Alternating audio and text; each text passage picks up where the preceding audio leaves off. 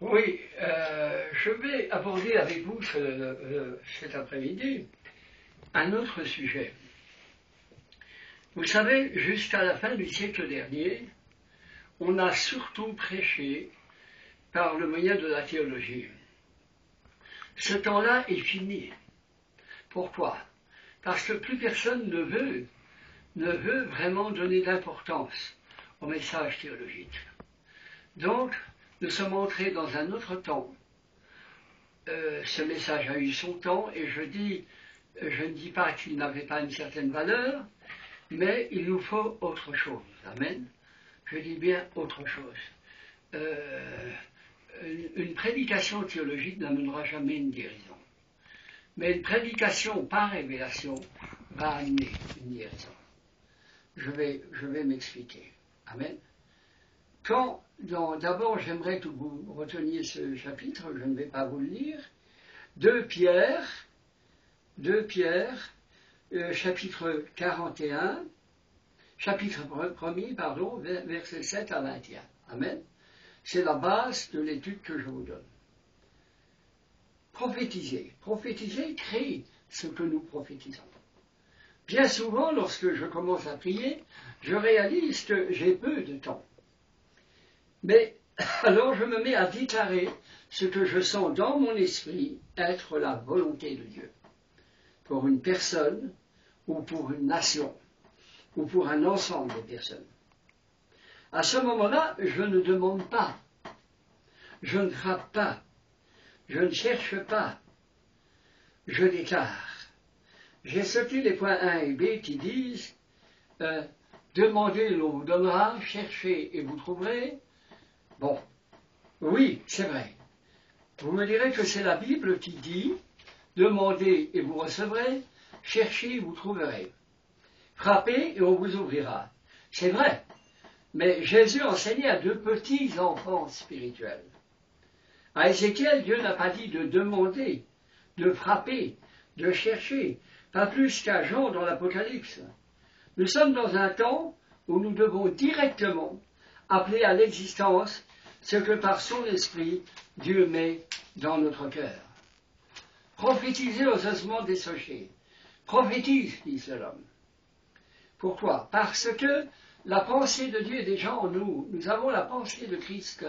Et la pensée de Christ, c'est ce qu'il faut pour un homme qui est devant nous. C'est ce qu'il faut pour une nation. C'est la raison pour laquelle nous devons la dire.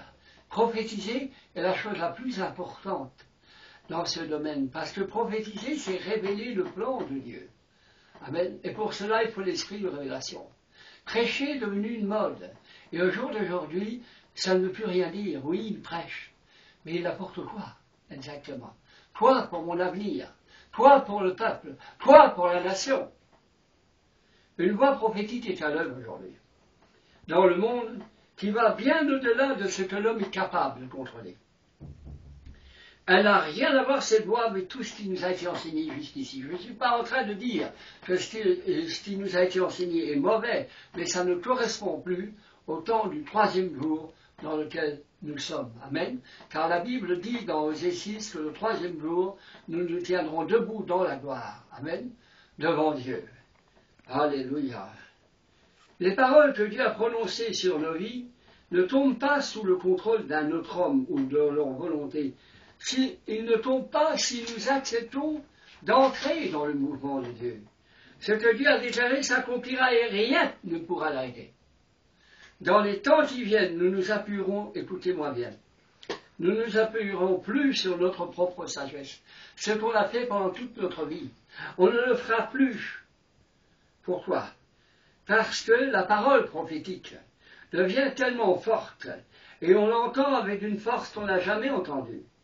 Alléluia. La parole prophétique que Dieu soulève dans nos cœurs, elle a une telle force, bien plus que l'année dernière. Amen.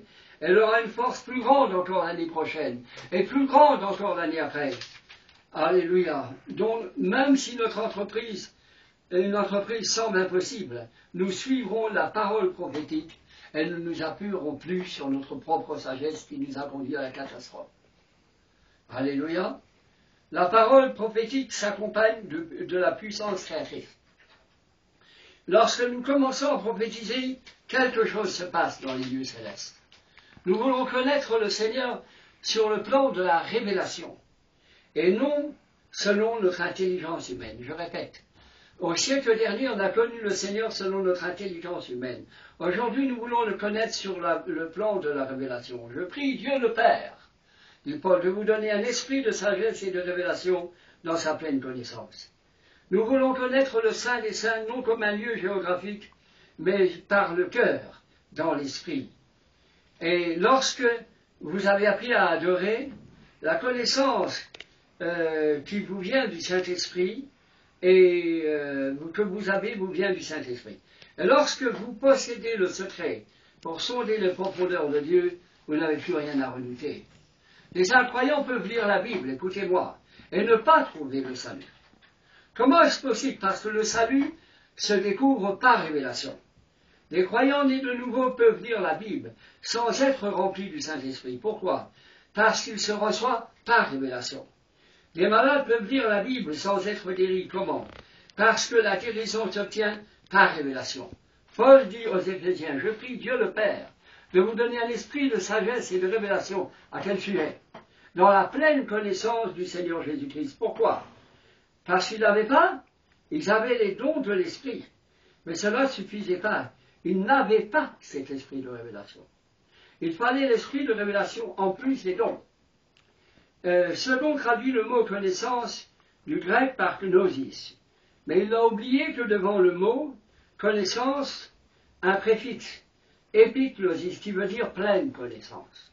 Dieu veut nous donner la pleine connaissance, et il va la donner par révélation. Alors, moi, je prie ce soir. Ma prière, c'est que vous ayez l'esprit de révélation. Alors, vous allez connaître ce qui vous concerne dans l'avenir, et ce qui concerne votre famille, et ce qui concerne la nation, et ce qui concerne le monde. Que Dieu vous bénisse. Amen.